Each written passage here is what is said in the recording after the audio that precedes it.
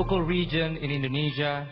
that is still faced with development challenges such as unemployment and poverty,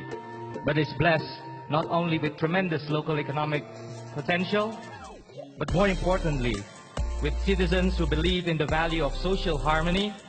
and also environmental sustainability, and who does not fear to aim high and fight for their prosperity. I believe that there is a way for us to promote welfare and prosperity without hurting our environment.